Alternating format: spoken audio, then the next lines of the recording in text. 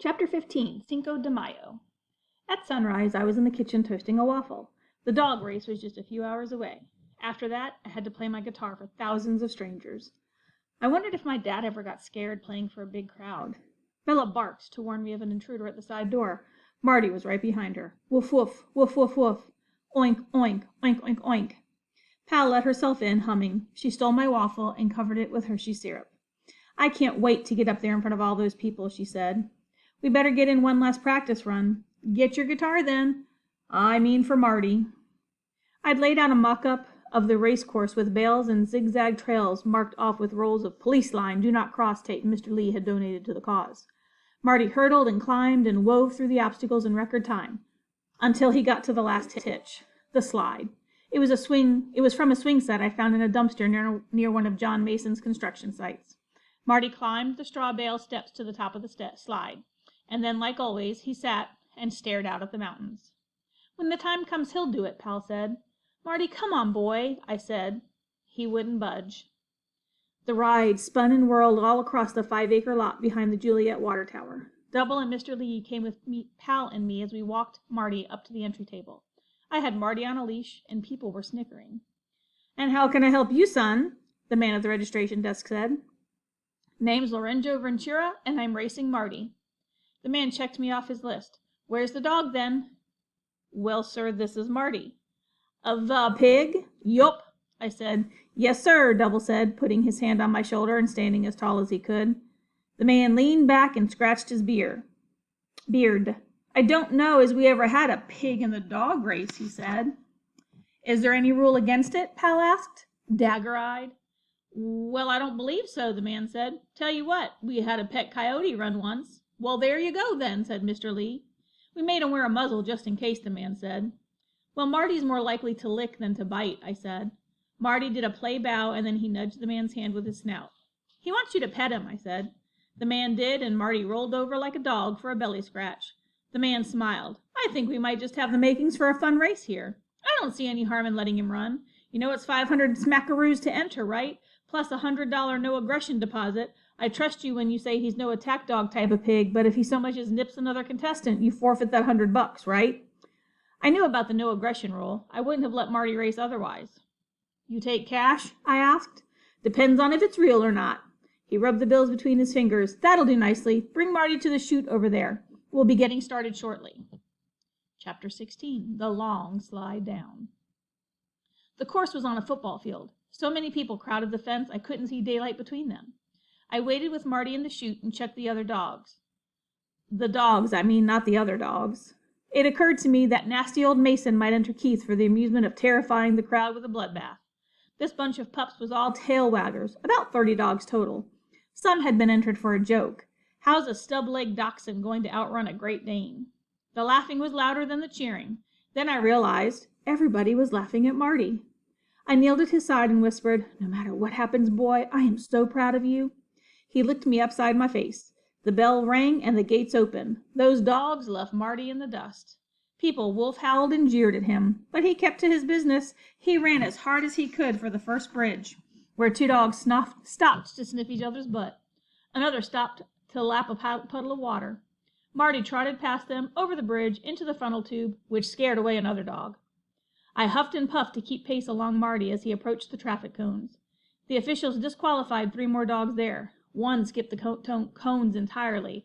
Another got into a wrestling match with a cone, and another stopped for a wiggly back scratch on the grass. But not Marty. He trotted through the cones, head held high, eyes front. By now, people were on his side, and it was like that Rocky movie, except they were chanting, Marty, Marty, Marty. Another dog went after a chipmunk. Another jumped over the fence. Another shimmied under the 1-foot hurdle when he was supposed to go over it. You're out of there. Marty cleared it with a dainty little hop. So it went toward the slide. It was from the fun house, a long, wavy ramp. The dogs were in no hurry to go down. They sunned themselves on the deck at the top of the slide. Marty climbed to the top of the hay bales, and he sat and looked out over the fairgrounds and wagged his tail. I screamed, Come on, Marty! Come on, boy! Marty! Marty! Marty! The crowd was chanting. I pointed to the finish line where people waited with treats. Marty! Cookie! He dropped to his belly and slid down. His bulk stopped him just short of the end of the slide. He shook himself off and trotted toward the final straightaway. Now that they saw the slide wasn't the end of the world, 5 dogs scrambled down it. 4 flew past Marty for the finish line. The 5th, a floppy-eared hound, wanted Marty to play with him. He looped circles around Marty like a satellite. Marty kept going until somebody threw a bunch of hot dogs onto the final stretch. No way was Marty going to pass that up, but neither were the 4 dogs in the lead. They came back for the Frankfurters and hutted the grass for any they might have missed. Marty ate along the way, galloping toward the finish line. Now everybody was screaming his name. My 220-pound pig was in the lead with 30 yards to go. 20, 15, 10. The 4 dogs who had packed up charged past Marty and over the finish line. Marty and his floppy-eared satellite were 5 yards from the line when the hound circled in front of him and a couple of feet shy of the finish, then circled behind him. Marty crossed the finish line, and an official draped a purple ribbon with 5s over it on the beautiful pig's neck. I fell to my knees and hugged him. Pal kissed him. Mr. Lee slapped my back, and Double was hollering, I don't know what, 'cause I couldn't hear anything with all the cheering. Then one voice rang louder than the rest. No, sir, that ribbon's mine. He was the owner of the floppy-eared hound who had just missed the 5th place prize, whatever it was. This is a dog race. No pigs allowed. He tried to take the ribbon from Marty, but the officials pushed him back. The time to complain was before the race, not after your dog lost it, said one of them.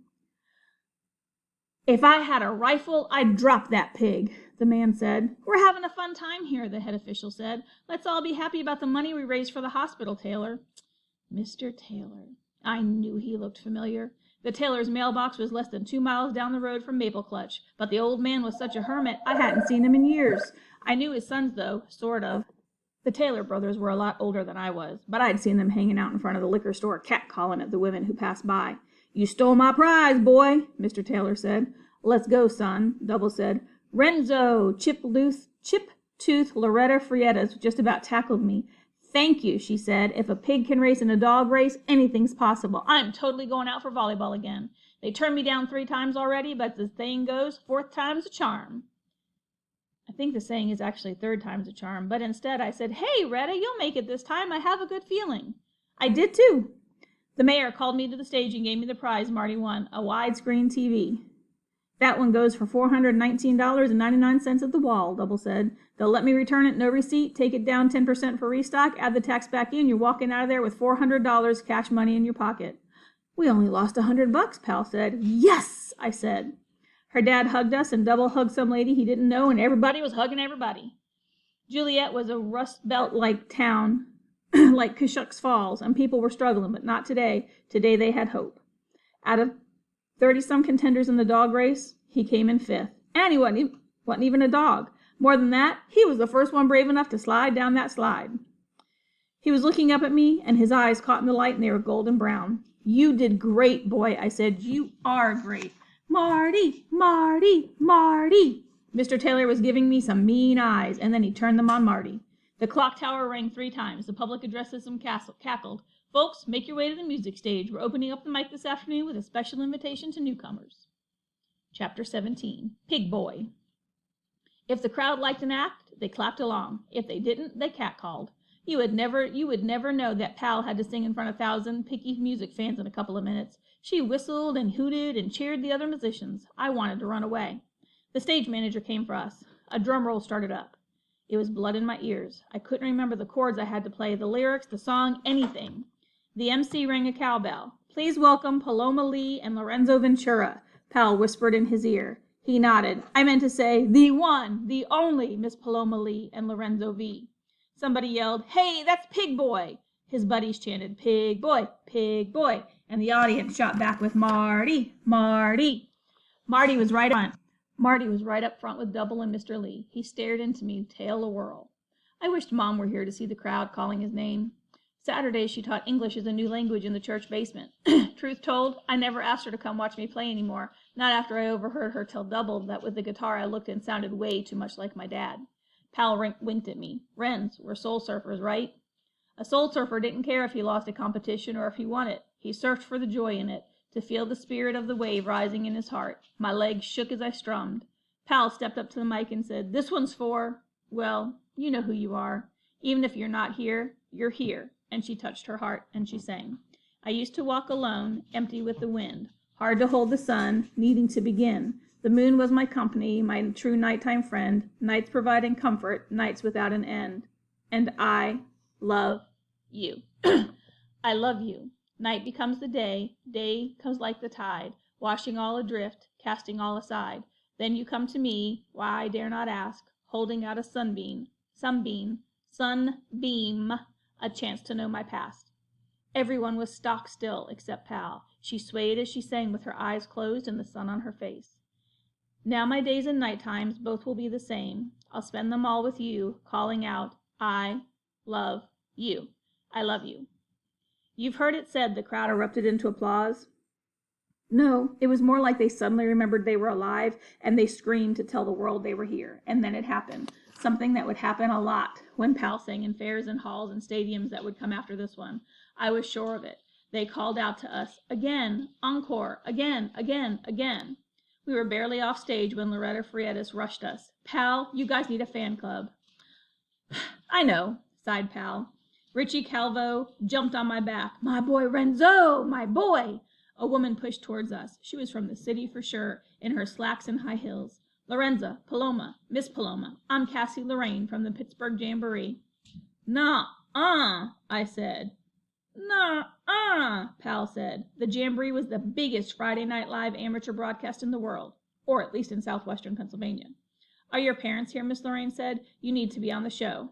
Double and Mr. Lee made their way to us. Marty wiggled himself between my legs. Marty, Cassie Lorraine said. You're so talented, Lorenzo, an animal trainer who can play a fine guitar.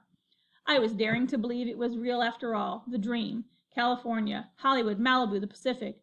We'd all be there together, Pal and me, Double and Mom, Mr. Lee, Bella, and Marty.